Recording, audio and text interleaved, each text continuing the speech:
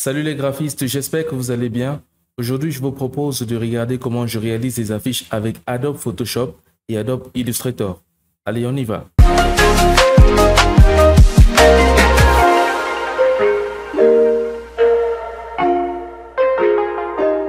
Alors, pour bien commencer, il est essentiel de savoir, de bien choisir ses images. Il est essentiel de savoir déjà d'avoir une thématique de fond avant de pouvoir mieux se lancer dans notre création. Alors aujourd'hui, moi, je vous présente cette image qui est assise sur un bureau et qui est très souriante. Alors, ce que moi, j'aimerais faire, c'est changer le fond et la mettre dans un autre environnement qui est plus approprié, qui est plus beau. Et ensuite, on va utiliser l'image pour en créer une affiche au final sur Adobe Illustrator. Je vais donc la prendre et l'ajouter dans Adobe Photoshop. Ensuite, on va retoucher l'image.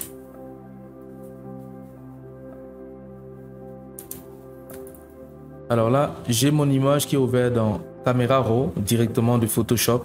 Et première étape à faire, c'est de retoucher l'image.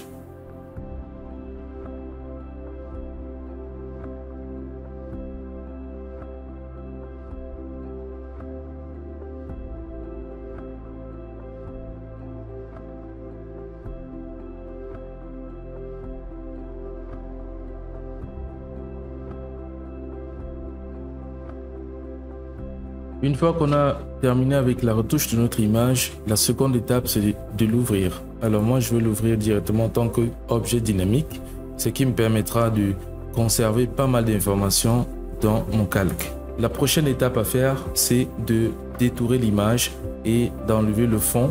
Ensuite, on pourra l'incruster dans un nouvel environnement ou alors un nouveau fond qui nous permettra de pouvoir obtenir quelque chose d'un peu plus ergonomique, quelque chose de plus ouvert. Allez, on voit ça tout de suite.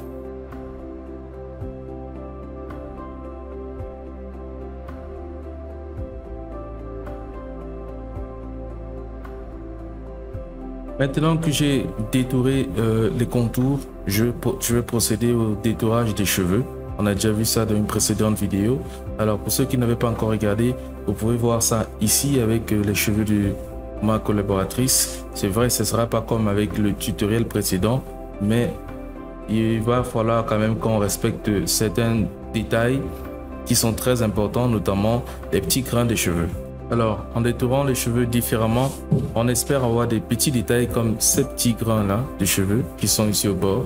Et maintenant, on va essayer de les améliorer avec l'outil pinceau en supprimant ces petits bords.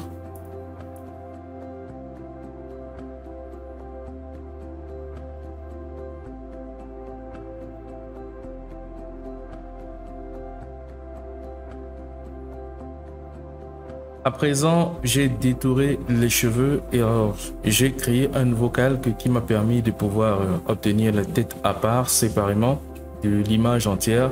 Et cette fois-ci, qu'est-ce que je vais faire? Je vais prendre je sélectionne le calque de notre image au-dessus. Je vais à partir de cette sélection appliquer sur le masque de calque qui est en dessous, ce qui nous permettrait d'obtenir le résultat final du détourage des cheveux. Allez, on le fait tout de suite. Et voilà. Je vais inverser ça comme ça et je supprime en utilisant toujours le pinceau.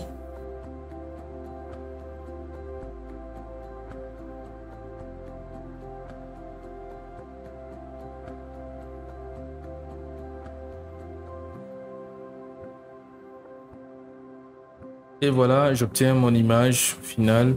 Et maintenant, je vais, avant de continuer à régler les contours, je vais finaliser mon détourage pour ce qui reste ici en dessous.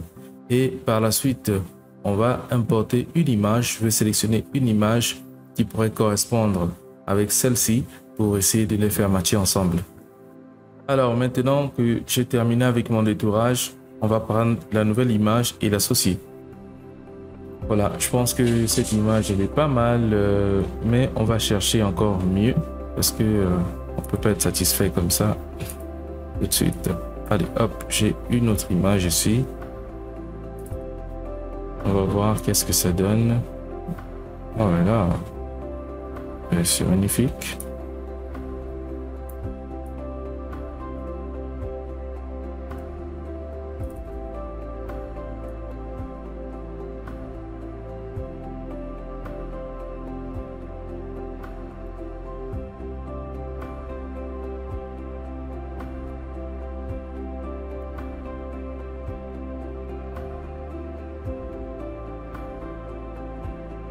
Alors, je vais copier ce flou et le coller là-bas pour obtenir exactement les mêmes informations de flou.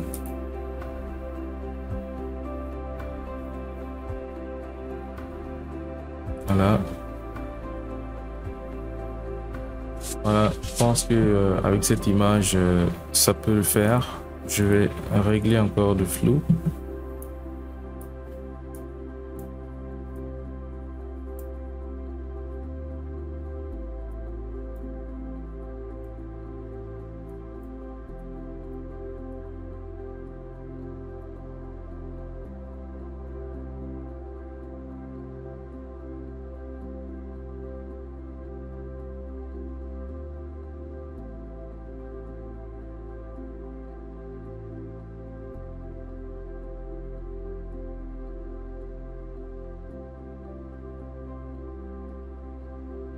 Voilà, maintenant j'ai appliqué le flou sur mon arrière-plan. Je vais vérifier les contours.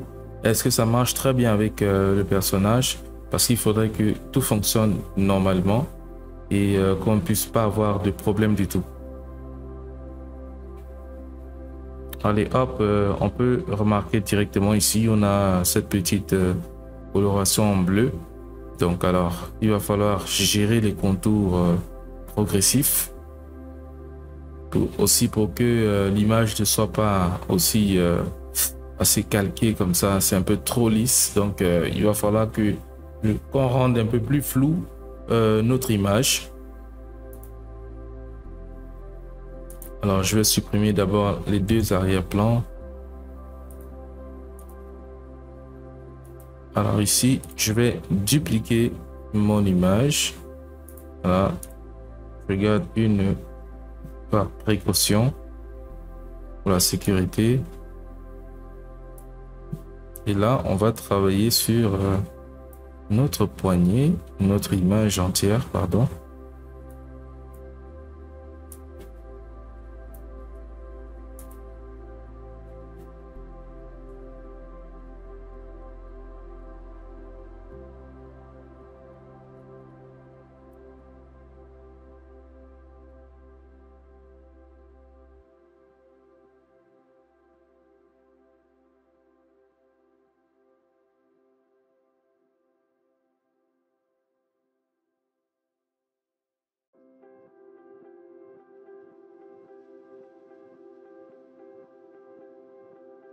Alors, une fois terminé, on va rester sur le masque de fusion pour qu'il puisse s'appliquer toujours au-dessus. Hop. Voilà, on va vérifier. Voilà, on voit bien que c'est flou.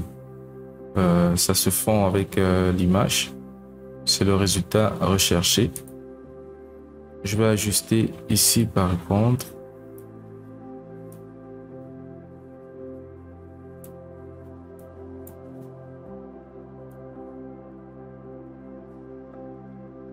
Voilà.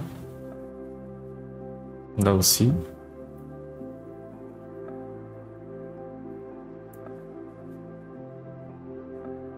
Et là.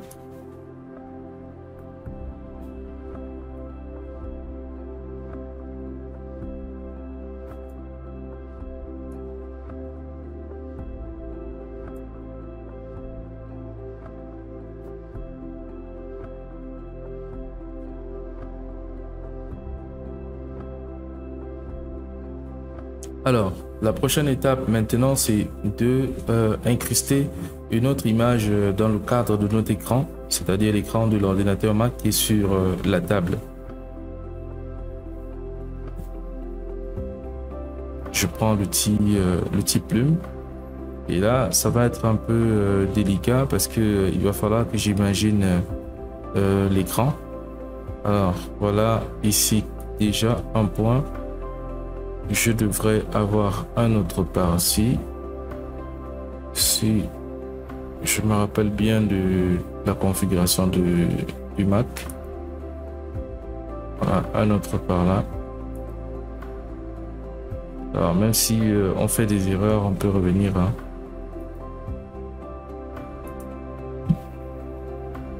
Voilà, j'espère bien que c'est ça.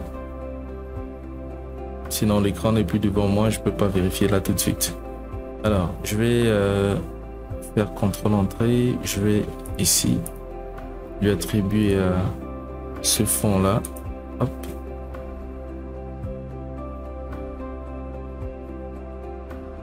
Voilà, c'est pas vraiment ça. Il y a pas mal de choses encore à revoir.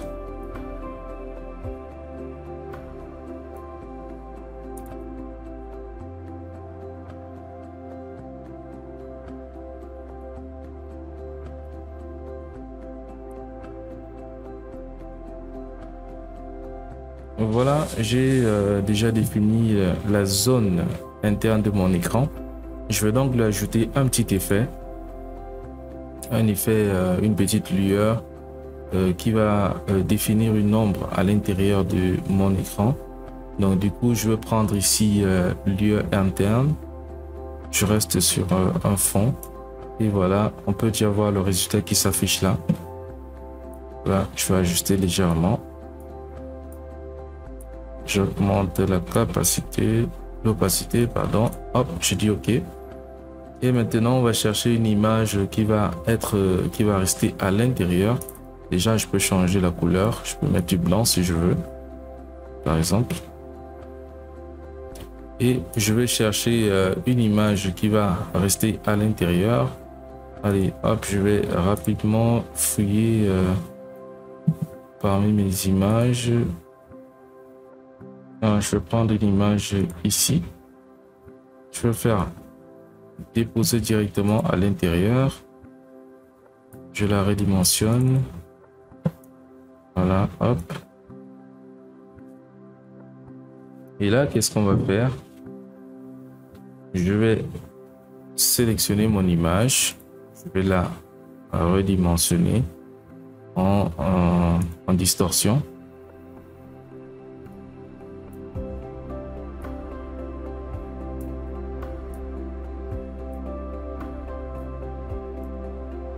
Voilà, comme ça.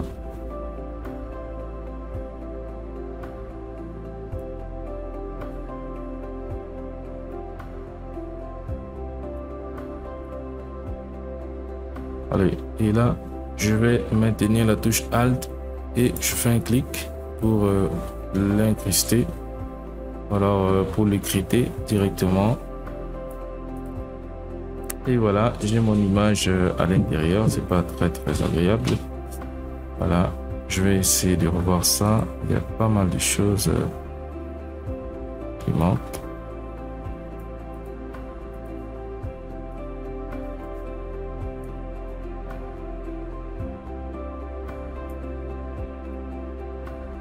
Voilà, vu l'inclinaison de l'écran, je dois faire ça.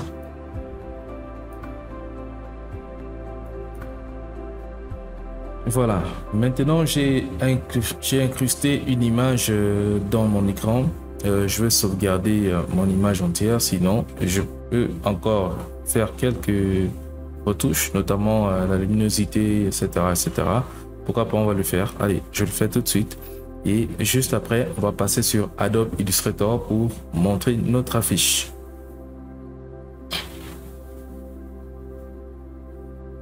Voilà, ici je vais ajouter la luminosité, par exemple, comme ça. Voilà. Ça sent un peu plus clair. Je vais réduire un peu le contraste. C'est à mon goût. Je vais jouer avec les balances de couleurs. Doucement. Doucement. Les tons foncés. Allez, là c'est un peu plus top. Et je vais terminer avec la correspondance de couleurs.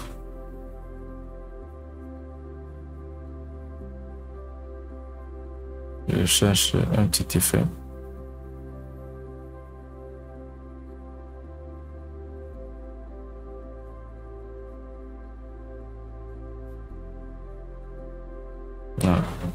soft.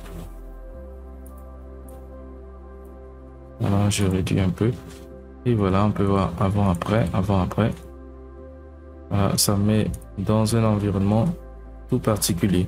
Et là, je vais regrouper tout ça. Je mets les effets à part, FX. Ici, c'est mon écran. Je le mets à part, screen. Et là, on a le reste. Je vais l'appeler background. Voilà, j'ai enfin mon image ou alors mon petit montage qui est terminé. La prochaine étape, c'est de l'importer dans Adobe Illustrator pour en créer un nouveau projet.